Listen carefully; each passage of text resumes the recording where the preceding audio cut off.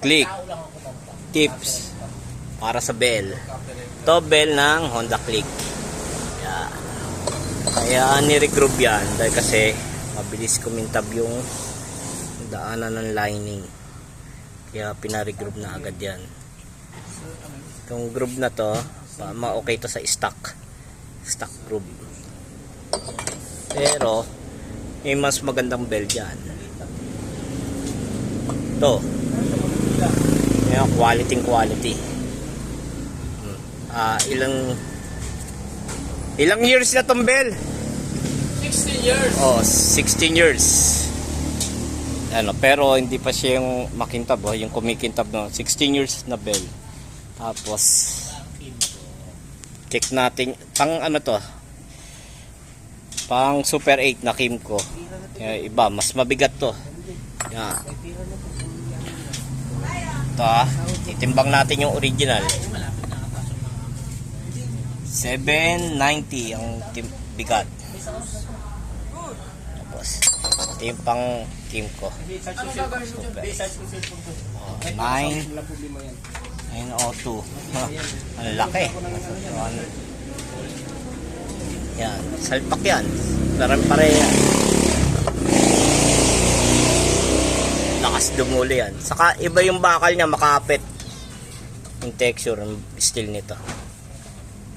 Ano, pare yan. Swak na swak. Quality. Dito yan. Yan, sa Kimco na yan.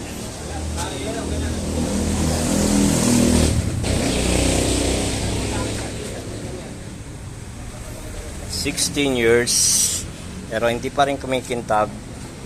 Saka check natin kung oblong. Yan, kung oblong 16 years, tignan natin kung oblong tong bell na to.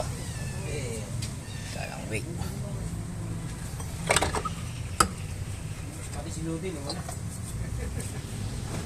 Ganda ng graso.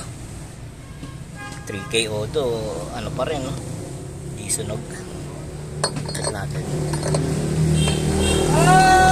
Right, tagal! 16 years, wala pa rin oblong. Check natin. Pa rin, no? Ito, dito titignan nyo.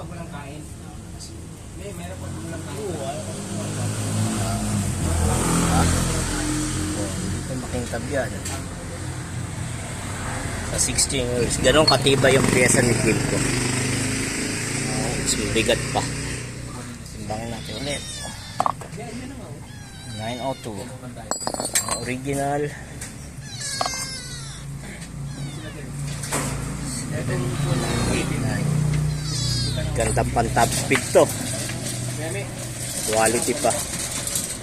Okay na yan. Buhatin mo. Ujoy. Inuman na. Yun, no? Ayun, no? Okay.